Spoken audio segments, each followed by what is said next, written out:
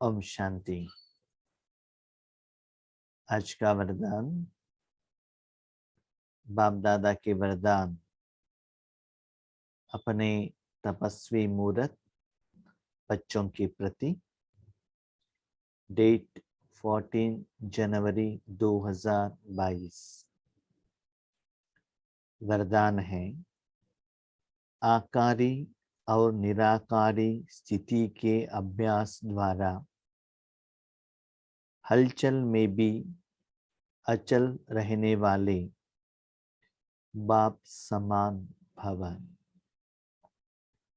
आकारी और निराकारी स्थिति के अभ्यास द्वारा हलचल में भी अचल रहने वाले बाप समान भव। जो कोई मनुष्यात्माओं को तन से, मन से, धन से या जन से हलचल होता है, एक्सपेक्टेड सफलता नहीं मिलता है, विघ्न आता है, परिस्थिति आता है, तब वो व्यक्ति सेफ जगह पर जाकर पहुंचता है ताकि उसका असर उसके ऊपर न पड़े। जैसे कि कहाँ भी तूफान आने वाला है, जब पहले ही पता चलता है तो लोगों को सेफ जगह पर ट्रांसफर करते हैं ताकि उनको उसका असर न पड़े। भले उनका जायदाद तो सभी जगह पर रहता है जहां तूफान आता है, लेकिन इनको सेफ जगह पर ट्रांसफर किया जाता है। और वर्तमान समय में तो आप सभी लोगों को बहुत अनुभव है, ड्रामा कितना सुंदर है। समय के अनुसार बाबा का मुरली भी वैसा ही चलता है। जिसे आप जानते हैं, दुनिया में कोरोना कितना फैल रहा है, तो क्या होता है, जो घर के बच्चे पैसे कमाने के लिए कोई बेंगलुरु गए हैं, कोई हैदराबाद, कोई दिल्ली, कोई यूएस, कोई जापान, जब जहां वो रहते हैं वहां उनको रहने की जगह पर हलचल होता है, तो वो लोग कहाँ आते हैं? अपने घर वापस आते हैं जहां उनके माँ बाप रहते हैं। यहाँ आने के बाद उनका देखभाल करना, उनको पालना करना, ये सभी माँ बाप का होता है। तब वो बच्चे समझते हैं हम सेफ जगह पर आ गए हैं, कि इस दुनिया में जो सेफ जगह है जहां मैंने जन्म लिया था, जो मेरे माँ बाप है। तो वैसे ही वर्तमान समय में भी जब लॉकडाउन स्टार्ट होता है, कर्फ्यू लगता है, तो तुरंत लोग क्या करते हैं, अपना जो घर है, माँ बाप का घर है, जहां ये बड़े बने हैं, जहां इन्होंने एजुकेशन लिया है, वहां आकर पहुंचते हैं। बच्चे इसका अभी शरीर का अनुभव तो आपको पता चल गया। शरीर का सेफ्टी प्लेस है, शरीर का घर जहां माँ बाप रहते हैं। अभी आत्मा के लिए भी और मन के लिए भी एक सेफ जगह चाहिए ना। आत्मा तो नहीं आ सकती है, उसका हिसाब किताब है, रुकुटी में रहना पड़ेगा। लेकिन मन को कहाँ रखना है, ये आपके हाथ में है। तो यही बात आज वरदान में बाबा कह रहे हैं, बच्चे कभी भी किसी व्यक्ति के कारण, पंच तत्वों के कारण, माया के कारण दुनिया में हलचल होता है, तो क्या करो, तुरंत अपने मन को आकारी सूक्ष्म वतन में ब्रह्मा बाबा के साथ या निराकार स्थिति में परम धाम में शिव बाबा के साथ रखिएगा। तब क्या होगा, हलचल अचल हो जाएगा। घर में आकर पहुंच गए हैं, ग्रोसरी लाने का काम माँ बाप का है, दूध लेकर आने का काम माँ बाप का है, घर का इलेक्ट्रिसिटी बिल माँ बाप पे करते हैं, आपके अपना बच्चा है तो उनका पोते हैं, उनका तबीयत ठीक नहीं है तो उनको हॉस्पिटल और लेकर जाते हैं। तो उनके पास आएंगे तभी तो आपका देखभाल माँ बाप कर सकते हैं ना। तो बच्चे घर में आकर माँ बाप का वो सुख, पालना, प्यार का अनुभव करो। ऐसा नहीं कि सिर्फ हलचल में बाबा के पास आ जाओ, ऐसा नहीं है, क्योंकि आपके पास अनुभव रहना चाहिए। माँ बाप के पास रहेंगे हम सेफ रह सकते हैं, अचल रह सकते हैं। तो देखिए, शरीर के नाते में शरीर के माँ बाप के पास आएंगे तो शरीर का प्रोटेक्शन कर सकते हैं, लेकिन मन के लिए नहीं। लेकिन अभी जो बाबा ने विधि बताई उससे आप अपने मन को बाप दादा में रखेंगे, आपका मन भी सेफ रहेगा, आत्मा भी सेफ रहेगा, तन भी सेफ रहेगा, सब कुछ सेफ्टी का गारंटी बाप दादा का है।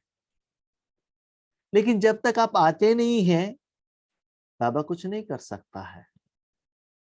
आप ये रीजन नहीं दे सकते, नहीं नहीं सारा बस फुल है, सीट नहीं मिल रहा है, फ्लाइट में वो डबल वैक्सीनेशन का सर्टिफिकेट पूछ रहे हैं, ये कुछ नहीं कह सकता। आप जहां भी है, मन से आप उस जगह पर पहुंच सकते हैं।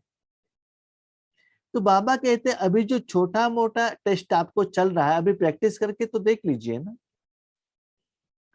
अभी जो बेंगलुरु गए थे लोग, हमारे गांव में रिटर्न आ गए हैं, आईटी पीपल, लोगों को वर्क फ्रॉम होम चल रहा है, उनको अभी खुशी हो रहा है हम इधर ही रहेंगे। बेंगलुरु में जाएंगे तो रेंट में रहना पड़ता है, इधर से उधर जाना पड़ता है, व्हीकल ड्राइविंग करके जाना पड़ता है, टेंशन है। अपने बच्चों को तो माँ बाप देख लेते हैं ना, स्कूल में लेकर जाने को, होमवर्क सभी वो ले लेते हैं, सारा जिम्मेवारी उनको दे दिया है। तो वर्तमान समय में छोटा भी हलचल होता है तो अपने मन को आकारी और निराकारी स्थिति में स्थित करना है। याद रखिएगा, वहां थोड़ा समय आपको रहना है, तभी उसका रिजल्ट आपको पता चलेगा। आना जाना करते रहेंगे तो रिजल्ट पता नहीं चलता है। उसके साथ जितना समय जिनके साथ आप रहते हो, उनका संस्कार, उनका गुण, उनका विशेषता या अवगुण, लैंग्वेज, सब कुछ आप में आ जाएगा। जैसे कि मैंने देखा है, मैं ज्यादातर आंध्रा में सेवा में जाता हूँ, ज्यादा दिन वहां रहता हूं तो बहुत ज्यादा मेरे मुंह से तेलुगु आने स्टार्ट हो जाता है। क्यों? वहां का जो माताएं हैं ना, उनको हिंदी नहीं आता है, तेलुगु में कुछ बातें करते हैं तो मुझे ट्राई करना पड़ता है तेलुगु में बात करना। करते करते क्या हो जाएगा, वो आ जाएगा। अभी जैसे देख लीजिए, हिंदी इतना फ्लू आ रहा है, फ्लुएंट में। हमारा हिंदी लैंग्वेज नहीं है, ज्यादा हमने पढ़ा नहीं है, लेकिन जब जरूरत होने के कारण, निरंतर हिंदी में क्लास करने के कारण वो फ्लुएंसी अभी आ गया है। तो बाबा का जो लैंग्वेज है, स्टाइल ऑफ प्रेजेंटेशन है हिंदी लैंग्वेज में, वो सहज हो गया है अभी। वैसे ही हलचल के कारण जब आप बाप दादा के गोद में, उनके शरण में आ जाएंगे, स्लोली उनके साथ रहते रहते रहते रहते आपका गुण भी क्या हो जाएगा, बाप समान बन जाएंगे। जैसे कि हर जगह में अलग अलग रिवाज है। आंध्रा में जाएंगे तो वहां एक रिवाज है, जो सब्जी रहता है ना, सब्जी के साथ चावल पहले मिक्स करके खाते हैं। कर्नाटका में एक रिवाज है, चावल में सांबार डाल के खाते, सब्जी अलग से खाते हैं। वहां जाने के बाद थोड़ा समझ में आता है ना, तब हम क्या करते हैं, वहां उसका ही फॉर्मूला अप्लाई करते हैं। और बीच में मध्य प्रदेश गए थे, वहां का फॉर्मूला अलग ही है। वो चावल और सांभर स्पून से खाते हैं, तो हमें तो वहां वैसा ही प्रैक्टिस करना पड़ेगा। तो जहां हम रहते हैं वहां का वायुमंडल के अनुसार अपने लाइफस्टाइल को हमें क्या करना पड़ता है, चेंज करना पड़ता है। तो वैसे ही भगवान के संस्कार आप में आना चाहिए। भगवान के साथ जिंदगी जीना है, बाप समान बनना है, तो ज्यादा समय उनके साथ मन से रहना पड़ेगा। तो पहले हलचल के समय में आकर उसका रिजल्ट्स तो देख लीजिए, कितना मन आपका अचल होता है। हाँ, घर में आकर पहुंच गए ना, यस, अभी कितना भी लॉकडाउन होने दो, कर्फ्यू होने दो, नो प्रॉब्लम, सेफ जगह पर आकर पहुंच गए हैं। अभी जो भी प्रॉब्लम है, वेजिटेबल कहाँ से लेकर आना, दूध कहाँ से लेकर आना, मेडिसिन कहाँ से लेकर आना, वो सभी माँ बाप का काम है, मेरा टेंशन है नहीं। घर में आकर पहुंच गया तो हमारा काम खत्म। तो ऐसे तन से जितना फ्री होते हो, वैसे ही मन का फ्रीनेस का, पालना का, अनुभव का, प्यार का, शक्तियों का, गुणों का, दिव्यता का अनुभव करना है, तो उनके साथ ज्यादा समय आकारी और निराकारी रूप में रहना पड़ेगा। जैसे साकार में रहना नेचुरल हो गया है, साकार माँ बाप के साथ, बच्चों के साथ, भाई बहनों के साथ, ईश्वरीय परिवारों के वालों के साथ रहना नेचुरल हो गया है। ऐसे ही मैं आकारी फरिश्ता हूं और निराकारी श्रेष्ठ आत्मा हूं, यह दोनों स्मृतियां नेचुरल हो, क्योंकि शिव बाप है निराकारी और ब्रह्मा बाप है आकारी। तो बाबा आपको एक बात कह रहे हैं, बच्चे हलचल किसमें होता है, आत्मा में होता है ना। तो हलचल का कारण सिर्फ तन नहीं है, धन नहीं है, जन नहीं है, मन भी एक रिस्पॉन्सिबल साधन है। तो मन को सेफ्टी रखने के लिए क्या करते हो, कितना भी हलचल हो, मन से आपने एक्सेप्ट किया तो उसका असर आपके ऊपर आएगा, मन से आपने एक्सेप्ट नहीं किया तो उसका असर नहीं आएगा। वो कैसे, वो ऐसे कि पति जितना भी डांटते हैं, नो प्रॉब्लम, प्रैक्टिस हो गया, हर रोज कहते हैं, कोई नया बात नहीं है। नहीं तो एक छोटे बच्चों को माँ डांटते हैं, डांटने दो ना, एवरीडे चलता ही रहता है, नो प्रॉब्लम। पिता कुछ कहते हैं तो सीरियस, क्यों, सीरियस नहीं रहेंगे तो थप्पड़ मिल जाएगा। पिता ने 2 मिनट कुछ कहा तो सीरियस। माँ सुबह से शाम तक जितना भी डांटे, चलता है, उनका मुंह है, चलता है, उसके बाद वो गोभी मंचूरी बना के खिलाएगी, तो माइंडली क्या होना है, एक्सेप्टेंस हो जाता है ना। ऐसे ही बाबा कहते हैं, बच्चे देखो, जैसे मन के लिए भी सेफ्टी का साधन चाहिए ना, तन के लिए तो ठीक है, तो कैसे एक्सेप्ट करना, माँ का चलता है, पिता का नहीं चलता है। हाँ, एक क्लास टीचर वो कभी ऐसा ही चलता है, और कोई क्लास टीचर स्ट्रिक्ट है, हमने भी कॉलेज में देखा है, इकोनॉमिक्स टीचर आते थे, सभी लोग बात करते, चलता है, चलता है। और कोई आगे स्ट्रिक्ट टीचर, सीरियस, है ना। तो ऐसे ही बाबा क्या कहते बच्चे, मन को भी दुनिया का असर होता है। तो भगवान जो कहते हैं, जो सीरियस, अभी छोटे मोटे बातों में टेस्ट करके तो देख लीजिए, उसके बाद आपको पता चलेगा किसकी गोद में जाने से हम सेफ रहेंगे। जब आप यूएस में हैं, बेंगलुरु में हैं, हैदराबाद में हैं, तो तुरंत लौकिक माँ बाप के पास जा सकते हैं क्या, ठीक है, लौकिक माँ बाप को भी आपके प्रोटेक्शन के लिए उनके पास लिमिटेशन है।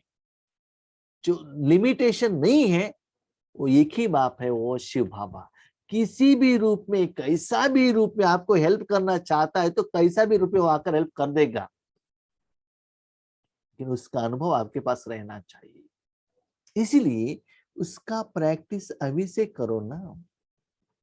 जब कोई समस्या आता है, अपना फाइनेंस, अपना पैसा, अपने शरीर का रिश्तेदार, या कोई गूगल का नॉलेज, यूट्यूब नॉलेज, उससे पहले बाबा ऐसे प्रॉब्लम है, मन को वहां लेकर जाके शांत रखो, तब देखो कैसे समाधान मिलता है।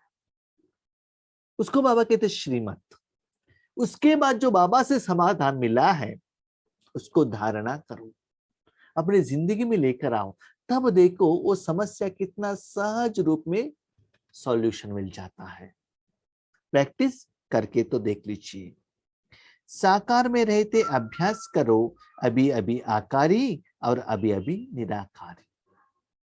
ऐसा नहीं कि सिर्फ समस्या आ गई बाबा बाबा, नहीं। टाइम मिले बाबा के साथ डांस कीजिएगा, बैडमिंटन खेलिएगा, क्रिकेट खेलिएगा, उनके साथ फाइटिंग कीजिएगा, उनके साथ भोजन कीजिएगा, सब कुछ हरकतें करना है, ज्यादा समय उनके साथ रहना है। तभी क्या होगा, बाप दादा के साथ आप जिंदगी निभा सकते हैं। तो यह अभ्यास ही हलचल में अचल बना देगा। ये प्रैक्टिस, जब भी आपका मन डिस्टर्ब होता है तब अचल होगा। कभी कभी बहनें क्या करते हैं, बहुत डिस्टर्ब है तो माँ को फोन करके बात करते हैं, माँ या फ्रेंड, और कोई कोई ईश्वरी परिवार के जो भाई बहन, हाँ आपसे बात करने से थोड़ा सा सॉल्यूशन मिला, शक्ति मिला, समझ में आ गया, मन को खुशी मिला, है ना। लेकिन याद रखिएगा, आगे का दिन में ना इंटरनेट मिलेगा, ना फोन मिलेगा, ना भाई मिलेंगे, ना बहन मिलेंगी। उस समय क्या करेंगे, किसके गोद में लाएंगे, किसके प्रोटेक्शन में जाएंगे, है ना। इसीलिए अभी से ही इंडिपेंडेंट भगवान के गोद में जाओ, उनसे सहयोग लो, तब देखो वो डिफरेंस क्या होता है। तो जितना हलचल है, बाबा के पास जाने से आपका मन क्या होगा, अचल। फॉर एग्जाम्पल देख लीजिए प्रैक्टिकली, एक छोटा सा बच्चा कुछ कारण से रोता रहता है, कुछ बुखार आया है, नींद नहीं आया है, मच्छर काटा है, किसी ने कुछ कहा है, रीजन कुछ भी हो, लेकिन माँ ने प्यार से लेकर एक गोद में ले लिया, एक पप्पी दे दिया, तो सब कुछ भूल जाएगा। कितना सुंदर बात है, एक बच्चा बाजू वाले घर वालों से झगड़ा करके आता है, मम्मी उन्होंने मुझे थप्पड़ लगाया। ये मम्मी क्या करती है, अपने बच्चों के फॉर लेकर बाजू वालों के साथ झगड़ा करने के लिए जाती है। दोनों घर वाले झगड़ा कर रहे हैं, ये दोनों बच्चे आपस में खेल रहे हैं आराम से, वो तुरंत वो भूल जाते हैं बच्चे, है ना। तो माँ का जो गोद है, प्यार है, वो छोटे बच्चों को सब कुछ भुला देता है।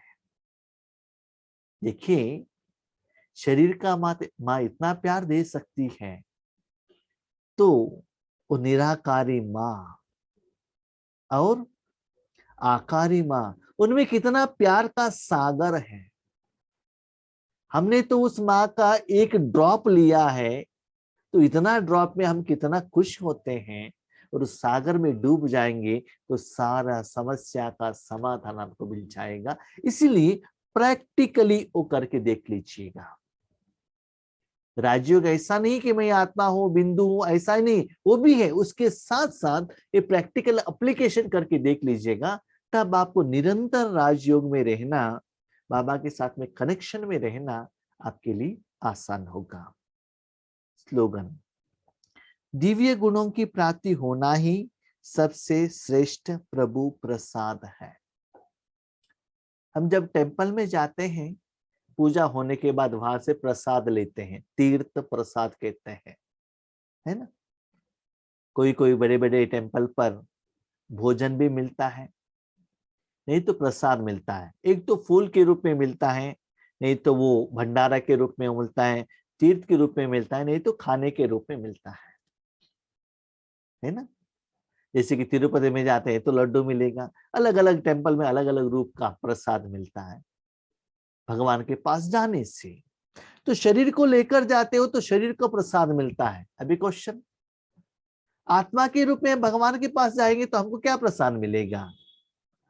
क्योंकि बाबा कहते हैं ना बच्चे, जो कुछ भी होता है संगम युग में, ये सभी माना द्वापर ये भक्ति मार्ग में जो कुछ भी चलता है संगम युग का यादगार है। तो हर रोज हम भगवान के दर्शन करते हैं, क्या हमें भगवान हर रोज प्रसाद देते हैं क्या? तन का दर्शन करेंगे तो भोजन मिलेगा, प्रसाद मिलेगा। कोई कोई छोटे बच्चे हैं ना, टेम्पल में जो प्रसाद खाने के लिए जाते हैं, यहाँ बाबा को ये गुरुवार का ब्रह्मा भोजन प्रसाद के बारे में नहीं कह रहे हैं।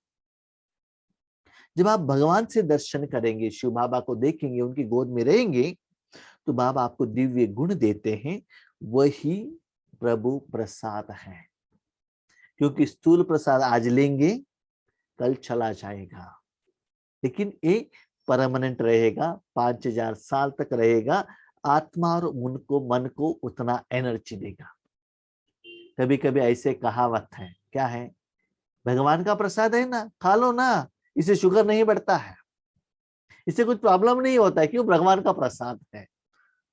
टेस्ट समझ कर खाएंगे, भोजन समझ कर खाएंगे तो उसका असर पड़ेगा। ये भगवान का प्रसाद है ना, स्वीट खा लो ना, चलता है, भगवान देख लेता है, भगवान का याद में खाओ, तो प्रसाद उतना श्रेष्ठ है। तो सोच लीजिए, हर रोज हम बाबा को याद करते हैं तो कितना प्रसाद खा रहे हैं, कितना दिव्य गुणों का अपना रहे हैं।